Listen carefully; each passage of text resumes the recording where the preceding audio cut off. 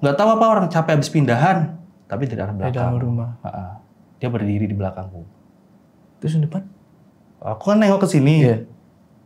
hilang. Nggak ada apa-apa di kamar mandi di situ. Raka langsung nunjuk ke belakang badanku. Jadi aku masih belakangin Raka kan, belakangin kamar mandi kan.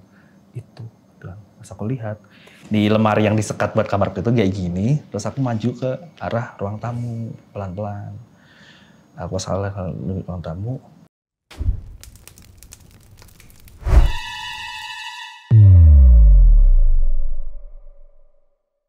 Ya, assalamualaikum teman-teman, balik lagi sama gua Jauh. Apa kabar kalian semua? Semoga kalian semua menonton video ini diberikan kesehatan, dilancarkan rezeki, dan selalu dimudahkan urusan-urusannya, dan selalu diberikan perlindungan dari segala mara bahaya yang ada di dunia ini.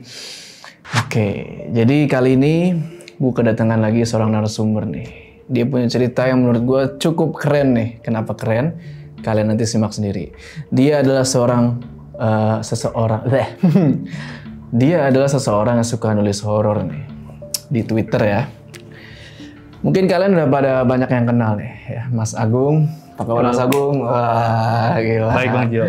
Nih gue yakin nih udah banyak yang tahu lu nih Bang. Enggak lah. Nah, jadi Mas Agung ini pengen cerita tentang waktu itu lu sempet ngontrak di daerah Tegal ya? Waktu itu, ini cerita waktu masa kecil, waktu kelas 2 SMP gitu kan. Jadi bapak masih ngontrak karena rumah juga udah dijual, karena bisnis ambruk gitu. Harus ngontrak, nah kontrakan ini nih. Nah, kontrakannya gue denger cuma sejuta setahun ya waktu itu. Sejuta tahun berapa itu? ya tahun sekitar 2004-2005. 2005. Ya walaupun tahun segitu menurut gue harga segitu cukup aneh ya. Iya, karena rumornya kontrakan itu tuh yang tinggal di situ tidak ada yang mampu bertahan lebih dari 3 bulan. Nggak ada. Udah berkali-kali gonta-ganti orang. Gitu. Tapi penghuni terakhirnya Mas Agung? Ya keluargaku. Gitu. Nah, tahu rumah ini horor ya bisa dibilang ya. Kok Mas Agung bisa memutuskan buat bertahan di situ? Nah itu nanti jawab. Yeah. Oke. Penasaran kan sama ceritanya? Tonton video ini terus. Yaudah, langsung ya masuk ya. Mode horor aktif nggak? Ya, ini mau mode horor aktif. Yeah. Jadi Mas Agungnya nggak usah lama-lama lagi ya. Iya. Udah siap? Mode horor aktif. Nah, Mas Agung, itu gimana ceritanya? Memutuskan buat bertahan di kontrakan yang horor kayak gitu. Oke. Gimana caranya gitu? Jadi sebelumnya aku bakal kasih tahu dulu kalau aku ini latar belakang keluarga gue adalah pedagang. Oke. Jadi sebelum di tahun 2004 itu bapak sudah memiliki banyak hal lah gitulah dengan berdagangnya. Tapi lambat laun usaha itu berantakan karena ada sesuatu yang bikin dia hancur berkaitan dengan santet. Oke. Gitu. Akhirnya hancur tuh usaha, rumah dijual, barang perabotan dijual, TV nggak punya, jangan kan TV, radio aja nggak punya gitu kan. Berarti ada orang yang nggak suka sama bapak suka sama ya, keluarga ya? karena kan usaha waktu jualan bakso. Oke. Kan dari Wonogiri ke Tegal jualan bakso naik, nggak ada yang suka, disikat, hancur. Nah, akhirnya kan pindah tuh dari jual rumah pindah kontrakan. Dan ini adalah kontrakan kedua setelah sebelumnya udah punya kontrakan lagi. Nah, kontrakan ini nih dipercaya bapak itu dari sini nih kita bisa up lagi, bisa naik lagi. Itu kata bapak. Ya, aku waktu dengar bapak bilang itu, oke lah, nggak masalah gitu kan. Kayaknya bagus nih. Pas lagi ngomong, aku tanya di mana pak kontrakannya. Oh, di gang sebelah. Jadi nggak jauh dari kontrakan yang pertama. Oh, di gang sebelah gitu. Oh iya gitu kan. Yang mana rumahnya? Yang di depannya itu ada halaman sama pohon mangga. Oke. Gitu kan. Terus aku mikir, hah serius itu pak? Rumor yang beredar dari tetangga-tetangga sekitar situ, maksudnya itu kan masih satu lingkup, masih satu RW kan. Itu tuh, rumah itu tuh nggak ada yang bisa tinggal di situ lebih dari 3 bulan. Ada aja, ada yang bilang di situ pas lagi di rumah itu ada ular, penampakan. Kalau ular aku masih mikir karena di belakang masih ada kebun, gitu, karena ada kebun di belakang gitu kan. Tapi kalau penampakan ini kan rumor terus beredar, aku mikir wah ini angker nih rumah nih. Tapi bapak meyakini itu. Bapak meyakini kalau rumah itu tuh pas buat kita. Terus dalam itu dari keyakinan Bapak. Dalam hal ekonomi, rumah itu harganya sangat murah, gitu kan. Hanya 1 juta setahun, gitu kan. Nah, harga itu kan masuk sekali, gitu kan, waktu itu untuk kami yang memang kurang mampu saat itu. Akhirnya kita memutuskan untuk pindah di situ, sepakat untuk pindah di situ. Dengan rumor yang beredar, ya mungkin itu hanya rumor. Mikirku kayak gitu. Nah, sebelum pindah ke rumah itu, Bapak tuh biasanya punya lelaku. Maksudnya syaratnya lah kayak melakukan hal yang dikatakan orang tuh di luar dari hal yang biasanya. Biasanya kan orang kan selamatan atau apa. Bapak itu suka tidur duluan di rumah itu. Mau buka usaha nih, tidur dulu di kios itu. Sehari 2 hari, semalam lah, Bapak semalam udah malam. Mau pindah rumah nih, tidur duluan di situ tanpa ada penerangan. Gitu. Itu emang harus selalu gitu? Itu cara Bapak untuk mengenal karakteristik penghuni dari rumah itu. Gitu. Jadi Bapak itu punya ya anugerah lah, dikasih anugerah bisa ngebaca karena terus dia suka ngelakuin lelaku kayak tapa, ke petilasan, ke makam-makam raja karena dia harus nge-counter kekuatan-kekuatan jahat itu loh, kayak santet, kayak gitu-gitu yang biasa dilakukan orang, ya bukan biasa sih, sebenarnya ada orang-orang pasar yang bersaing dengan baik, tapi ada orang-orang yang melakukan segala cara untuk menjatuhkan pesaingnya. Betul. Gitu. Mungkin nggak cuma di pasar ya, mungkin di semua pekerjaan ada semua bidang ada gitu. Nah, akhirnya Bapak tidur di situ semalam. Aku ya udah biarin aja itu syaratnya. Akhirnya kita pindahan hari itu. Pas hari itu tuh di hari Selasa malam. Sampai malam lah pokoknya dari sore kan pulang sekolah nih, siang kan. Baru ikut pindahan tuh. Barang yang dibawa kan nggak banyak ya kita punya apa gitu kan, paling kasur kayak gitu, lemari gitu kan, pindahan sampai sore habis sebelum maghrib itu udah selesai sebenarnya. Udah selesai semuanya. Nah, aku jelasin dulu posisinya rumah itu di depan jalannya udah ada pohon mangga, terus habis itu halaman, dari halaman masuk langsung ke rumah lama tuh yang itu loh. Ruang tamunya 2 gini loh. Yang ini pintunya di tengah. Ya kan. Masuk ke dalam tuh ada kamar sama ada ruangan 1. Nah, ruangan ini buat kamarku. Disekat pakai lemari. Masuk ke dalam lagi itu ada 1 ruangan kosong sama dapur. Di situ buat nonton TV. Nah, di samping TV ini ada kamar kosong. Di pojok rumah. Di pojok rumah, di tengah-tengahnya ada jalan dan kamar mandi. Belakang sini baru itu lahan sedikit buat jemuran. Berjemuran. Nah, lahan sedikit buat jemuran itu berbatasan langsung sama lahan orang yang dimana di situ banyak banget pohon pisang. Kebun pisang ya. Lahan orang itu cuma dibatas sama bambu yang palang-palang gitu kan. Di belakang itu ada lapangan dan di lapangan itu ada pohon beringin gede. Belakangnya rel kereta api. Jadi rumahku itu dekat sama rel kereta api. Kalau ada kereta lewat, kaca bergetar gitu kan. Nah, kita udah pindahan, semuanya udah kelar, kita udah beresnya itu.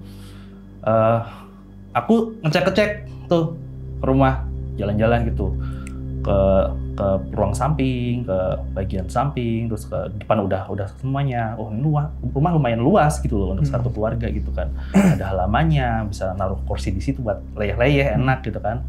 Terus aku penasaran sama kamar yang di pojok, yang di belakang, yang dekat kamar mandi. Aku mau masuk tuh, Pak bilang jangan buka kamar itu. Kamar itu apa, gudang? Kamar itu dijadiin buat sholat Bapak. Aku sempat ngintip gitu kan, ada sajadah. Buat sholat Bapak. Buat sholat tapi nggak boleh dimasukin? Nggak boleh masuk. Gitu. Aku nggak tahu kenapa gitu kan. Nggak boleh dimasukin. Terus emang buat apa sih Pak itu? Buat sholat Bapak, buat zikir Bapak, buat witir Bapak gitu kan. Kalau malam tahajudin di situ gitu kan. Nantinya rencananya kayak gitu. Oh ya udah, aku akhirnya bablas ke kebun belakang nih, ke halaman belakang yang kecil itu, lihat. Oh, ini jemuran di sini. Terus kok ini banyak banget kebun pisang gitu kan, lebat gitu kan. Lagi lihat, kok aku ngelihat ada adikku di sini, di situ. Ada adikku di situ, di kebun itu. Lagi main. Lagi berdiri. Oke. Diem aja. Dia lihat ke arahku, gitu kan. Aku kan, loh ngapain tuh? Katakanlah, aku samperin nama adikku Raka lah katakanlah ya. Ngapain sih Raka di situ gitu kan? Kok dia berdiri di situ? Aku bilang, ini kan mau maghrib kan. Nah, ibu tuh udah ngomong, Gung jangan lama-lama, udah mau maghrib gitu kan. Aku bilang, iya Bu gitu kan. Terus pas lihat tuh ada Raka di situ, aku bilang, Raka gitu kan. Tak panggil kan, Raka gitu kan. Aku teriak lagi, Raka gitu kan. Raka ya jawab, apa sih Mas manggil-manggil aku? Nggak tahu apa, orang capek habis pindahan. Tapi di dalam belakang. Di dalam rumah. Dia berdiri di belakangku. Terus di depan? Aku kan nengok ke sini. Iya. Hilang. Itu hari pertama Mas. Hari pertama. Habis Gitu. pindahan. Habis pindahan. Hari pertama itu udah kayak gitu kan. Kok apa namanya? Udah dikasih hal seperti ini gitu kan. Terus habis itu hari pertama udah kayak gitu, hari keduanya itu ada hal lain nih. Udah kan kita tidur nggak ada gangguan, emang malam itu nggak ada gangguan, biasa aja.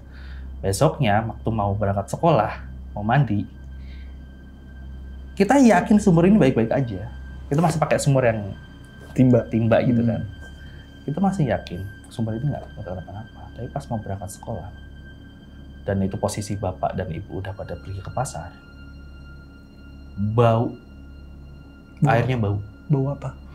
Bau kayak bangkai tikus atau bangkai semacam lagi, Bu. Kayak bangkai, ya mungkin itu tikus mati, tapi nggak ada mayatnya. Gitu loh. Bau busuk. Terus bau busuk. Terus aku timba itu airnya hitam. Oke. Gitu. Itu gangguan di hari kedua. Udah kayak gitu. Kok sampai kayak gini? Akhirnya kan ibu sama bapak beli, ya itu kaporit lah apa buat jernihin kan. Tetap aja bau. Dan hitam. Akhirnya kita sampai mandi itu di tetangga. Numpang mandi di tetangga. Karena air tuh bener-bener nggak bisa. Dan waktu itu nggak tahu itu miliknya siapa. Bapak juga nggak hubungin. Waktu itu kita ya handphone barang mewah kan. Di tahun 2004 itu. Mungkin Nokia ya waktu itu atau apalah nggak tahu. Bener. Aku belum punya, orang tua belum punya gitu kan. Nggak ada yang punya itu. Telepon seluler aja nggak punya, apalagi telepon rumah kan nggak ada. Ya nggak bisa hubungin, nggak seenak sekarang kalau kontrakan airnya mati tinggal WhatsApp itu nggak bisa, akhirnya ngurus sendiri. Akhirnya biarin lah, kita kata udah biarin mandi aja di tetangga. Akhirnya kita jalanin aja, udah ya mau apa lagi, terima aja. Hari ketiga, nah si Raka nih. Kenapa? Hari ketiga si Raka siang-siang mandi, sore-sore itulah, mau maghrib itu, sore tuh mau mandi. Nah, pas dia buka kamar mandi, itu tuh dia jerit gitu kan, teriak gitu kan. Si Raka teriak, Mas gitu kan. Lari kan aku dari depan ke arah Raka. Terus kenapa kamu gitu kan? Coba lihat di kamar mandi gitu kan. Emang ada apa gitu kan? Lihat di kamar mandi, Mas, ada apa? Terus aku buka kamar mandi, nggak ada apa-apa. Raka kan ini kamar mandi, Raka di sebelah sini, aku kan di sini kan. Terus aku bilang, aku maju ke sini kan. Nggak ada apa-apa di kamar mandi di situ. Raka langsung nunjuk ke belakang badanku. Jadi aku masih belakangin Raka kan, belakangin kamar mandi kan. Itu. Terus aku lihat, ini ada separuh kepala yang nongol di kolam bak mandi. Di bak mandi gitu. Jadi ada gitu, nongol di sini, segini tuh kelihatan. Kita lari kan akhirnya kan. Itu kan air juga ambilnya dari tetangga, dari sumur tetangga kan. Kita kayak gotong-gotong air buat ke itu. Terus udah ada kayak gitu ya, kita nggak berani mandi lah di situ. Iya. Bapak bilang ada apa, emang di situ ada kepala muncul di kolam, nggak ada apa-apa. Bapak tuh mencoba untuk meyakinkan kita semua kalau di situ tuh nggak ada apa-apa. Iya. Tapi nyatanya kita ngelihat hal seperti itu. hari ketiga. Itu. Terus? Pas hari keempatnya siang biasa aja, malamnya ada gangguan lagi. Kebangun di sepertiga malam. Oke. Bapak masih ada di kamarnya, dia masih wirid. Oh, kamar yang nggak boleh dibuka Nggak itu? boleh dibuka itu. Aku buang air kan kamar mandi. Ya mau nggak mau akhirnya aku udah biasa dengan situasi seperti itulah. Habis itu mau ke arah kamar kan deket banget. Kayak kalau mau ke arah kamar yang disekat itu, yang deket sama ruang tamu kan, itu deket sama jendela. Kan. Nah, hordenya itu kayak yang transparan gitu loh, Bang. Iya. Nah, terus aku lihat ada kedepuk gitu. Hah, apaan kan? Itu pelangkah. Ada langkah, ada suara langkah, tapi bukan langkah manusia. Terus aku lihat ada bayangan kayak rambut dikibas-kibasin. Apaan nih gitu kan. Tapi aku penasaran nih mau ada apa kan. Aku akan datangin, aku geser horden gini. Ada kuda warna hitam di situ. Rambutnya panjang. Kuda. Oke. Gitu. Lagi diikat di pohon mangga. Oke. Malam-malam kuda siapa? Oke, iya. Di tengah kota. Di Tegal itu nggak ada yang namanya kuda. Tukang becak ya ada. Itu tuh kuda di situ. Itu ngapain gitu kan? Terus diikat di pohon mangga lagi. Ya pohon mangga. Yang ikat siapa kan? Yang ikat siapa? Aku mau ngomong ke bapak. Bapak lagi wirid. Kan? Mau bangunin ibu.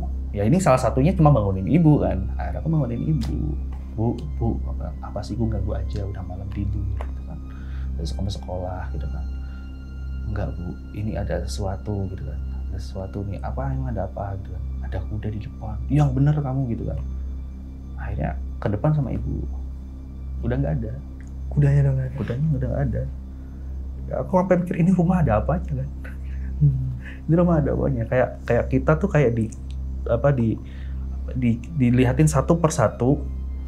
Di situ tuh nggak beres. Iya. Terus aku jadi ingat sama orang-orang bilang kalau orang pada nggak kuat sampai 3 bulan. Ya mungkin ini salah satunya. Iya. Gitu kan. Terus hari kelima malam hari muncul lagi sesuatu. Apa tuh? Tuh malam-malam udah jam 12 itu bapak udah nggak wirid, udah pada tidur semuanya. Aku sama adik itu masih cekikan di kamar gitu kan, masih ketawa ke TV gitu kan, masih bercanda lah gitu kan, masih bercanda. Tiba-tiba ada yang ikut ketawa. Siapa? Apa suaranya gimana? Nenek gitu guys. Aku langsung sama adikku, Kak, kowe dengar nggak ada yang ketawa gitu kan? Kowe dengar nggak? Masa sih Mas gitu kan? Ibu gitu kan? Oh, enggak, ibu sama bapak udah tidur gitu loh, udah di kamar gitu kan. Masa sih? Iya. Ngecek gitu kan. Oh Mas, takut loh Mas, aku masih trauma sama yang kemarin gitu kan. Tapi aku penasaran rak gitu kan. Ini tuh rumah tuh aneh gitu kan. Aku penasaran coba. Gila kamu gitu kan. Anak kecil masih kayak gitu kan. Akhirnya dia di kamar, di lemari yang disekat buat kamar itu kayak gini. Terus aku maju ke arah ruang tamu pelan-pelan. Aku salah kalau di ruang tamu. Si nenek lagi duduk ini udah senyum. Ada orangnya? Ada. Di pojok, di kursi pojok. Kirain suaranya doang. Nenek itu senyum gitu kan. Terus gimana? Kan aku langsung, loh ini siapa gitu kan. Aku nggak bisa teriak, nggak bisa apa. Aku nge-freeze di situ. Aku nge-freeze. Kayak nggak bisa apa, harus dia masih ketawa. Saling ngeliatin. Saya ngopo, bocah, wis bengi do turu. Udah malam suruh tidur. Terus aku ditarik sama si Raka. Tarik. Kerungu kan Raka, dengar kan kamu Kak gitu kan. Iya Mas, dan nenek-nenek itu. Aku dengar dia ngomong apa. Terus udah tidur. Besoknya akhirnya udah gak tahan tuh. Selama 4 hari gitu kan, diganggu hal-hal seperti itu. 4 hari kan kuda, 5 hari kan berarti kan nenek tadi, sorry. Nah, diganggu sama nenek itu.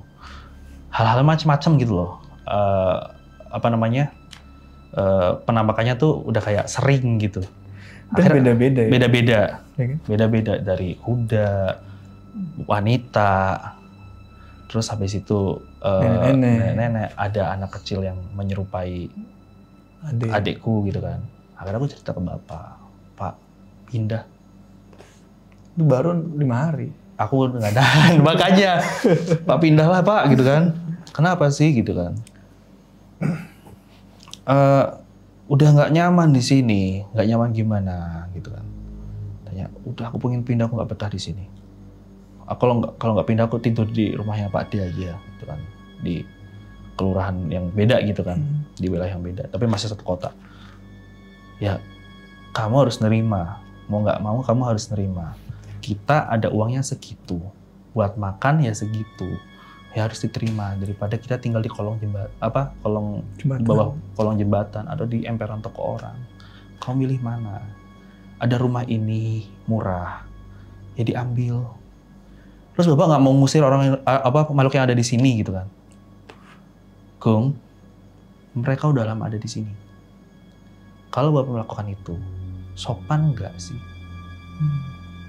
Tapi mereka ganggu, mau nyelakain kamu nggak gitu kan?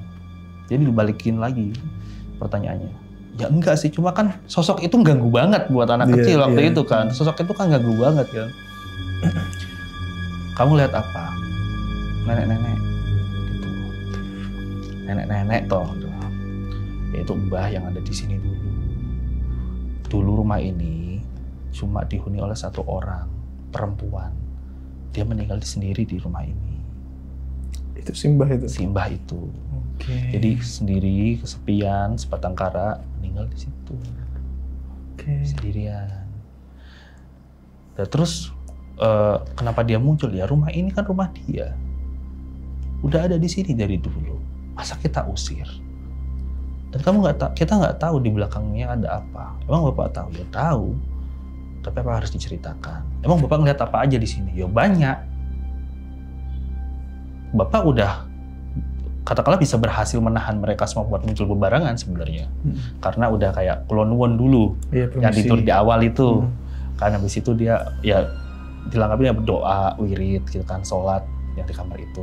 Makanya bapak nggak mau kamu buka kamar pojok itu sampai ada izin. Bukan izin dari bapak ya, sampai ada izin. Izin dari si ya yang penghuni lama gitu kan. Jangan gitu kan. Bapak lagi lelaku di situ, lagi berdoa di situ supaya rumah ini tuh bisa jadi tempat kita bernaung ke depannya. Udah kayak gitu bapak. Terima tuh kan. Hari ke-6 subuh, berarti mau ke hari ke-7 besoknya. Hari ke-6 subuh, itu aku harus beli sarapan. Aku harus menyiapkan kebutuhan adik-adikku karena bapak dan ibu udah ke pasar itu 4:30. Ada jam subuh itu, habis subuh aku ke tempat orang beli sarapan gitu, ada sarapan di situ. Kayak di sini nasi uduk kayak gitu kan, ada makanan khas sarapan di Kota Tegal gitu kayak nasi ramesnya gitu kan. Lengko, ponggol kayak gitu-gitu namanya. Beli tuh di situ. Ibu-ibu pada gosip tuh ngobrol. Ada kecelakaan kereta. Oh, kereta. Perasaan kereta dari tadi lewat biasa-biasa. Kecelakaan mau bunuh. Ada yang bilang kayak gitu. Bunuh. Ada orang bunuh di sana gitu. Ada orang ketabrak. Pertama orang ketabrak gitu. Orang ketabrak. Feelingku kan kayak mikir habis subuh aku ke tempat orang sarapan, ada orang ketabrak. Bapakku, ibuku berangkat ke pasar sebelum subuh. Pikiranku kan macam-macam kan, takut kan akhirnya kan. Akhirnya aku lari tuh ke rel, udah rame orang di situ. Karena saking penasarannya, aku harus memastikan itu siapa kan. Jadi aku ngelihat. Pas dilihat? Ya udah hancur. Terus aku tanya, ini korbannya siapa? Perempuan. Aku tanya orang-orang di situ, perempuan ya Pak. Terus aku lihat dari bentuk tubuhnya itu bukan ibu, gitu kan. Ya nggak ada HP, gimana memastikannya waktu itu kan. Nggak ada HP, gimana memastikannya kan. Terus habis itu ada sepucuk surat ditemuin sama orang. Ternyata itu adalah korban. Korban di mana dia stres sama anaknya, terus akhirnya dia menabrak diri ke kereta. Tepat di belakang rumahku. Itu kan. Jadi hari ke-6-nya kita disambut dengan orang yang sedang, jadi udah complicated banget. Aduh, belum selesai semuanya. Udah ada kayak gitu, udah mau terang benderang, udah disambut kayak gitu. Udah malamnya itu udah sepi sekali. Nggak ada orang berani keluar. Nah, dari belakang tuh udah ada orang ketok-ketok pintu belakang pas malam-malam. Terus? Tok.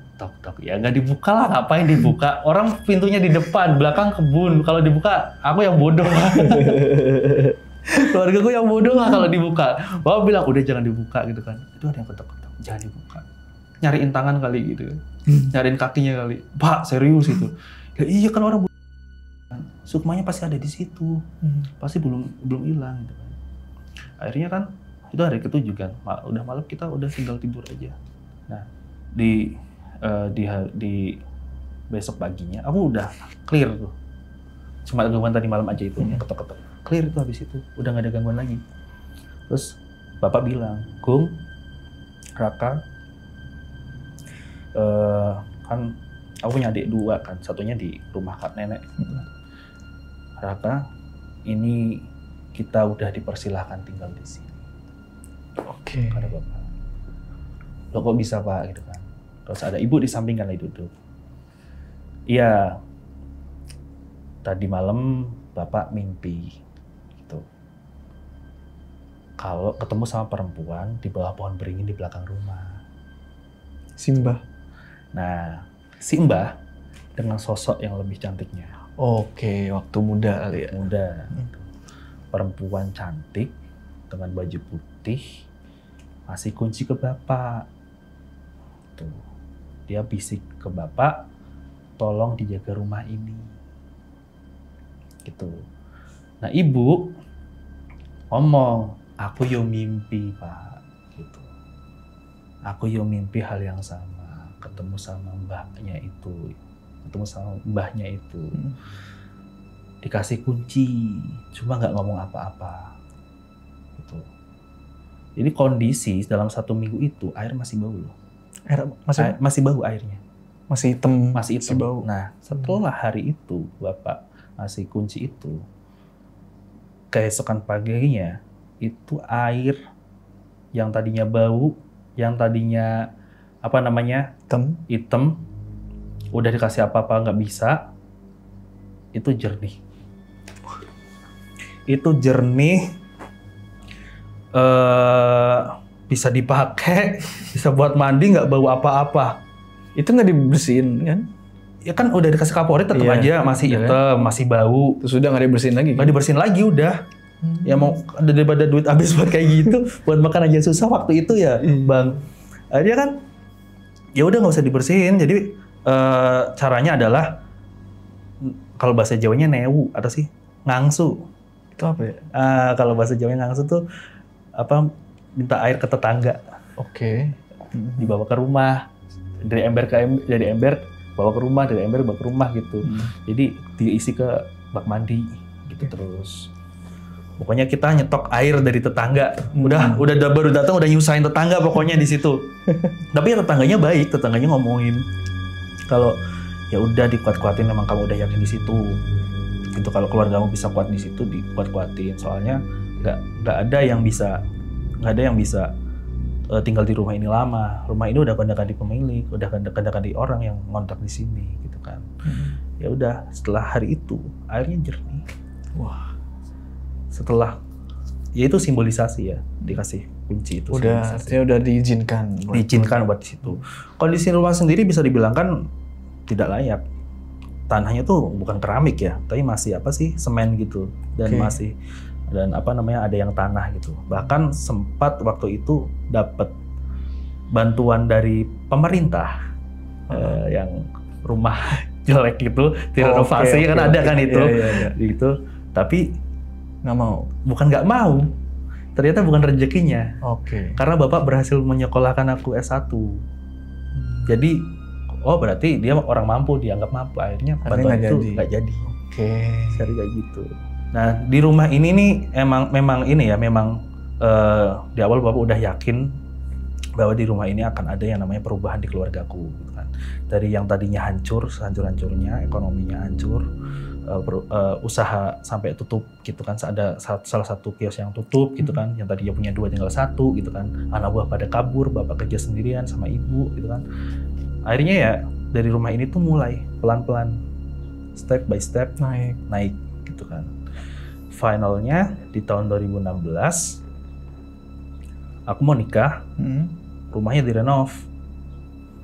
Tapi bukan renov, tapi dibangun ulang karena fondasinya udah pada berarti dirubuhin dulu. Bangun lagi gitu kan, bangun ulang. Dan dari situ karena rumahnya udah bagus gitu kan. Alhamdulillah saat ini rezeki mulai naik. Mungkin dari kata-kata itu, tolong jaga rumah ini. Jadi Bapak alhamdulillah nggak bisa intinya ya sebelumnya aku mau cerita kalau itu kan kontrak kan. Terus udah dibeli. Sekarang udah dibeli. Udah dibeli. Waktu itu harga cuma 50 juta dengan luas tanah sebesar itu. Itu gede banget. Berapa meter? Aduh, berapa ya? 200 meter lebih. Lebih. Wah, panjang dia ke belakang. Gitu. Panjang. Itu menang banyak itu. Menang banyak. Mobil Innova 2 masuk lah. Lebarnya segitu. Iya. Gitu, udah menang banyak. Ya itu ya menang banyak tapi kan pertamanya kayak gitu. Kita kayak diuji, aku rasa kita kayak diuji, Bang. Bener, diuji itu. Kayak diuji, Bang, gitu kan. Kayak kamu pantas nggak ada di sini gitu kan. Terima nggak ada di sini. Jadi waktu bapakku setelah kena keterpurukan gara-gara disantet lawan usahanya itu, dijahilin sama lawan usahanya itu, dari pindah ke rumah itu, bapak juga melakukan semacam lelaku ya, kadang-kadang dia pergi ke makam raja, ke petilasan, buat cari aku harus gimana sih ngadepin seperti ini. Aku harus kayak apa ngadepin dunia ini. Bapak itu cuma lulusan SD dan ibu juga SD aja nggak lulus gitu loh. Sedangkan aku dan adik-adikku disuruh sekolah supaya tidak merasakan hal-hal yang sama gitu. Jadi ya waktu itu ya cuma bisa taunya karena dari bisikan leluhur apa. Akhirnya Bapak mencari jawabannya lewat petilasan, lewat tapa, lewat nginep di pemakaman raja gitu kan, sama ya juru kunci pasti kan kayak gitu. Dan dari itu nyambung ke rumah itu klop. Gitu. Jadi klop. Jadi kayak ya ini rumah emang pantas buat keluargamu. Jadi aku serahkan rumah ini sama kamu kan, kuncinya kayak gitu. Dan kita sekarang berdampingan hidupnya tanpa saling mengganggu. Karena selalu bilang Bapak, Mbah, kami di sini tuh cuma pengen tinggal, cuma pengen numpang ngiup gitu loh, cuma pengen numpang neduh gitu. Tolong keluarga kami jangan diganggu. Jadi nggak yang diusir, tapi lebih kayak ya negosiasi lah gitu. Negosiasi sih lebihnya, lebih tepatnya itu negosiasi. Jadi akhirnya ya rumah itu udah menjadi milik keluarga kami. Sampai saat ini ya mereka masih ada di situ. Ya kami tinggal ya baik-baik aja. Itu Pak. Berarti setelah diizinin itu udah nggak ada yang ganggu? Yang kayak nyerupain ade atau? Setelah itu ya masih ada gitu kan. Penampakan itu masih ada gitu kan. Bahkan saudara-saudaraku sempat kayak kan sekarang udah lantai 2 kan maksudnya. Kayak lihat di tangga gitu lagi berdiri kayak gitu. Kan terus ada kayak ponakanku ngelihat sesuatu, diajak main juga pernah. Gitu. Tapi cuma kayak sebatas tampak doang. Nampak doang. Nggak rusuh gitu. Nah, waktu pas sebelum aku katanya rusuh. Ular keluar. Sampai yang gede-gede keluar. Maksudnya genderuwo kayak gitu ada gitu kan. Nah, Bapak menahan itu. Bapak kayak kulon-kulon dulu. Gitu. Tapi tetap ada imbasnya. Tetap aja dia menampakkan gitu. Tetap ada yang membo. Apalagi ada kejadian-kejadian kayak orang-orang yang ada beberapa kali kasus kecelakaan kereta api yang terjadi di belakang rumah. Nambahin lagi di situ residunya. Berarti itu sering? Ya, dalam hidupku kereta api udah terjadi di daerah situ ya. Udah terjadi 3 kali. 3 kali, Itu loh. Terus satu nenek-nenek, satu petugas cek itu loh. Petugas cek rel, tau nggak sih? Oke. Ya kayak gitu. Walah. Karena dekat sama stasiun Tegal, rumahku. Dekat stasiun Tegal. Jadi maksudnya dari sini kita bisa ambil pelajaran bukan aku lebih ngarahin temen-temen buat ya ngerimo lah. Nerimo ya. Aku lebih ke nerimo lah sebagai manusia. Aku sebagai anak waktu itu cuma bisa nerimo apa yang diperintahkan orang tuaku, dan orang tua pun nerimo dengan keadaan yang ya seadanya seperti itu. Ekonomi turun, keuangan sulit, ada rumah murah, ya diterima gitu. Kalau ada yang kayak gitu ya ditahan-tahanin, kalau nggak tahan ya pindah, kalau bisa bertahan ya pasti itu bisa jadi, kalau udah rezekimu pasti itu jadi rezekimu. Gitu. Berarti saran Mas Agung kalau misalnya nih ada orang lain nih yang beli rumah karena murah nih ya, bukan karena nggak mampu ya, karena murah nih, lumayan nih untung besar kan, beli, tapi ternyata jangan dibeli dulu. Curiga dulu lah. Apa? Curiga dulu ya? Ya realistisnya kayak gitu. Kenapa rumah ini dijual murah gitu kan? Karena kan kalau di kasusku kan emang bapak tahu nih. Tahu nih. Tapi kalau orang ada rumah di tanah yang seharusnya mahal, terus dijual murah, pasti ada sesuatu yang salah dong di situ.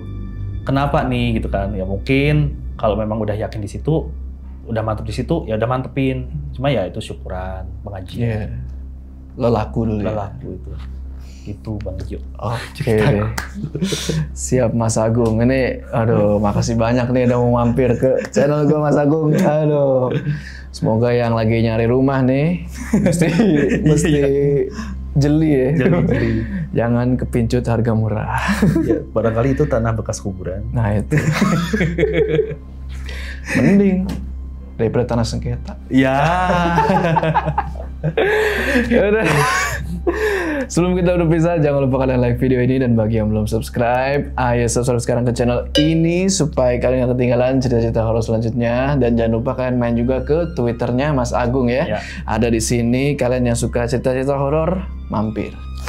Oke, sampai ketemu di cerita selanjutnya.